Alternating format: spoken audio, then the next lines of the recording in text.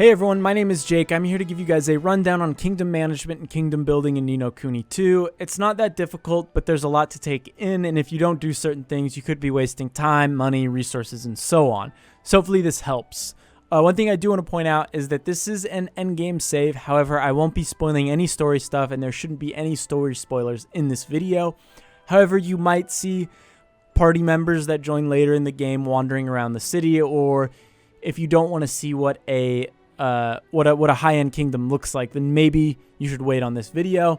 But in terms of story, there will be no spoilers. But anyway, let's hop on the throne and get started here. Alright, so the first thing, and probably most important thing you can do, is come back to your kingdom regularly. Now this seems obvious, but as you can see, I get money and I get resources over time. However, the coffers can only hold so much. So if you don't come back and withdraw your money, then it won't build up. So you want to make sure to come back, I don't know, maybe every in-game hour or so I'd recommend. So here we go. I'm going to take my coffers and I'm going to take my store supplies. Cool. So that's just something you want to do every hour or so. One thing I would highly recommend doing is upgrading your coffers as soon as you can. So basically you just click on your kingdom and expand coffers. This will allow your kingdom to hold more money and more resources, so you don't need to come back as often, and you're moving larger sums of money. The next thing worth talking about are the different types of buildings that you can build in your kingdom. So there are three main ones that I'm going to talk about. I'll talk about buildings that give you more influence. These are things like this square here, for example. This serves no real purpose apart from building up your influence, which you can see in the top right corner.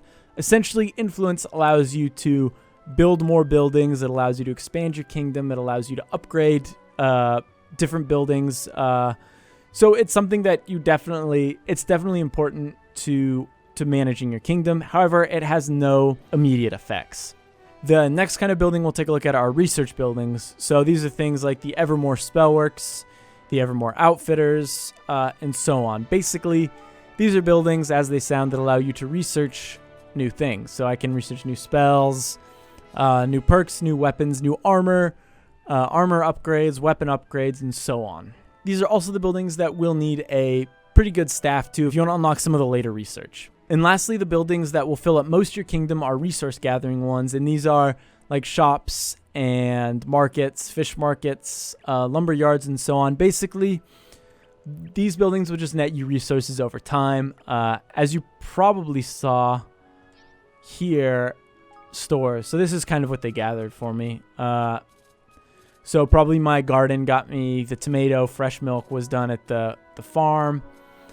The fur was probably gathered at the bazaar, and so on. So depending on what you staff, what you build, will depend on what kind of store items you will get, what kind of resources you'll be getting. So those were the three types of buildings, but obviously you're going to want these buildings staffed with different citizens. There are multiple ways to get citizens. I think the most obvious way is by completing side quests. Every time you get to a new town, a new settlement, whatever, you'll probably see these little exclamation marks dotted around the map. I would make sure to pick up every single one of those quests, because you'll be able to know which of these quests will get you citizens and which won't. I would make it a priority to do all the quests, or at least as many as you can, that will get you new citizens. Because new citizens are the lifeblood of your town. They are what keeps things running. They're what gets you money, supplies. They're what allows you to research things. So that should take top priority. You can also get citizens by completing story missions and by completing tasks from Swift Solutions. We'll go into that a little bit later. However, for right now, let's look at some of these buildings. So as you can see, I have this staffed with citizens. And the reason they have the star there is because that means they're suitable for this type of research. You want to make sure you kind of stack your citizens in ways that are suitable for them and for you. So if you can see, I can bring up personnel. I can assign a citizen.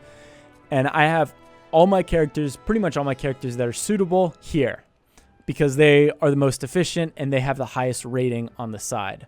Another thing to point out with citizens is that they do level up as you play the game and as they complete different tasks. However, it may be hard to see that. So what you want to make sure to do is occasionally hop into your citizens tab here. And whenever you see these blue arrows pointing up, that means they're good for a level up. So there we go. I'll level her up. And basically, it just improves some of their skills. You don't really have to do anything on your end except this. So every now and then, definitely make sure to check this because they will become more efficient. They will earn you more money.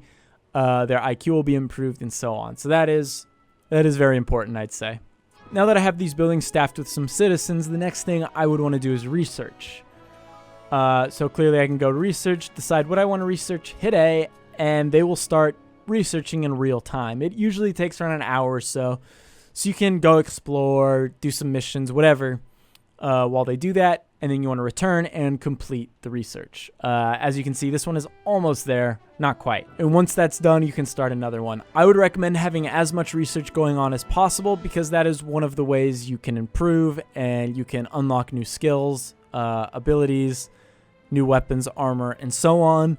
And since it's all in real time, you might as well just do it while you're exploring anyway. Like you can have 5 or 6 research projects going on at once while you're out completing quests, doing the story, whatever it may be. So it just makes sense to keep that rolling. And the next thing I want to talk about is what you should prioritize. To be honest, it's tough to say. It kind of depends on your play style. However, I found the most important things that you should be upgrading and focusing on are the Evermore Spellworks, the Evermore Outfitters, the Evermore Weapons Workshop, and the Higlary. Basically, the most important one in my opinion is the Evermore Spellworks because this will allow you to unlock new spells and level up current spells. So if you want like really cool flashy spells like firestorms and thunderstorms and stuff like that, this is where you want to start with. At least for me, that's what I started with because I like those flashy spells. Another really important one is the Weapons Workshop. Even if you don't typically use it, like you get weapons at such a quick and constant rate in this game that I rarely ever went here to purchase or build a new weapon. But near the end of the game, you will need a Evermore Weapon Workshop level 4. And if you don't have that, you will be gated. So it's just something that you should be checking up on every now and then if you want to save yourself some time later in the game. And then there's the Higlary, which allows you to brew new Higladies and upgrade the current ones you have. This probably isn't super important, but I found the Higladies to do a lot of damage, especially later in the game. So I came back here kind of frequently to make sure they were all in tip-top shape. And they're pretty easy to level up. You just need a certain kind of item. And then I think the next most important thing that I wish I didn't neglect as much is the general store. As you upgrade this and as you upgrade different buildings in your kingdom, this will get new items, new resources, and so on. So if there's something you need in particular, you can always go here and just buy it. But I didn't level it up at all for the longest time. So I had to like jump from different shops and explore the world to try to find the things I need. But now I can just go here and get what I want. So I'd say that is quite important. All right. So next thing that I want to do after I come back here and collect my money and resources is I want to show you guys Swift Solutions, because if you're short on people or if you need certain people, that's always a good spot to check. And I'll show you why right now. All right, here we are in Goldpaw, one of the first towns you visit. And here is the Swift Solutions right here. So we'll talk to him. And as you can see in the top right corner, I have tokens of gratitude. Basically, by completing tasks, you earn tokens of gratitude, which you can then trade in for either items or new citizens. I highly recommend coming here if there's something you need, like if you need a new army or if you need someone who's good at the forge, whatever. I've unlocked most of them so far, but here's a few that I haven't. So yeah, I'd always make sure to come back here and grab some new citizens if you're short. All right, I think that just about wraps it up for kingdom building and kingdom management, at least as far as the basics go. There is a lot more to it. However, if this doesn't interest you, you can still beat the game without paying much attention to this. Or if you get into it, you could easily spend 10, 15 hours just doing this. Once you kind of figure out a foundation, I'd recommend just reading up on all the different buildings and see what kind of research they offer.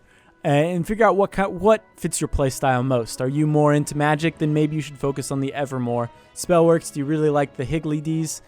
Then definitely pop on over there and see how you can upgrade them or what you can do to improve them. It just kind of depends on how you play.